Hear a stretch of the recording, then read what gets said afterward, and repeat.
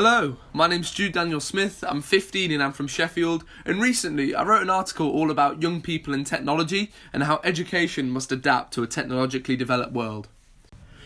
In the current socio-political climate, centralised around the struggle against COVID-19, the overwhelming importance of the implementation of technology into all aspects of education systems around the world is becoming increasingly apparent.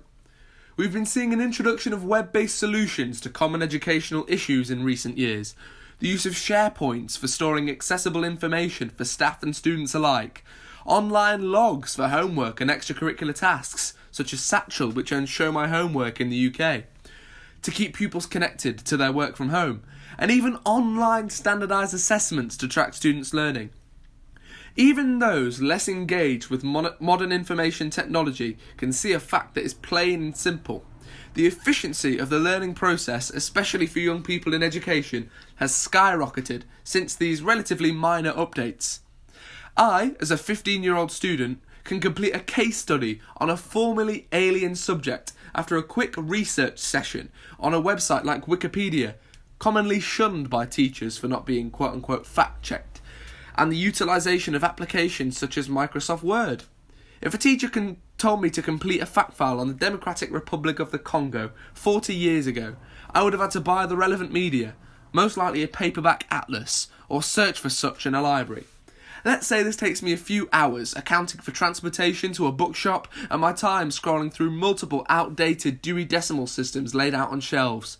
Today, using a phone I carry in my pocket every single day, I am able to find the relevant information in mere minutes. Modernisation of the education system betters the learning experience of the students within it, not just through the education itself, but through tools presented to students in our contemporary society.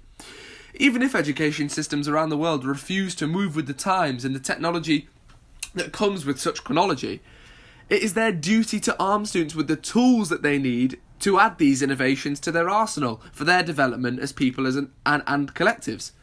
Knowledge of social media, communications networks, software development and graphic design not only helps me with my schoolwork, but enriches me, enabling myself to engage in extracurricular activities, in my case, youth activism.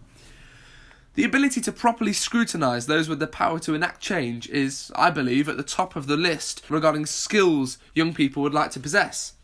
I argue that this blooms directly from the knowledge of new technologies. They have allowed young people to organise on an unprecedented scale. A prime example? The youth climate strike since 2018. The dramatic, powerful scale it was seen to be would not be possible without communication between people all around the globe. The World Wide Web lets me correspond with my friends from Cambridge to Kinshasa, Sydney to Shenzhen, about strike dates, resources and all that is needed to get our voice heard. We as young people have embraced technology. We see modernity for the catastrophe it is, whilst maintaining our open-mindedness. We did not slouch into complacent ignorance. We used what good parts we could from the world we were born into to act and make our home better. Technology can be used for both good and bad, but that is always down to the individual or collective using it. Technology and the strides towards its progression can be unsustainable, and it can exploit those with the resources necessary to expand. Nonetheless, though, technology can be used to make a stand for sustainable development and to help disadvantaged communities around the globe. It can lift people from poverty, educate the formerly uneducated, and substantially better the life of any population. These facts mustn't be ignored, and we should furthermore be educated on its importance by those who have a responsibility to educate us. When used for good, technology is an amazing resource, unparalleled in its effectivity.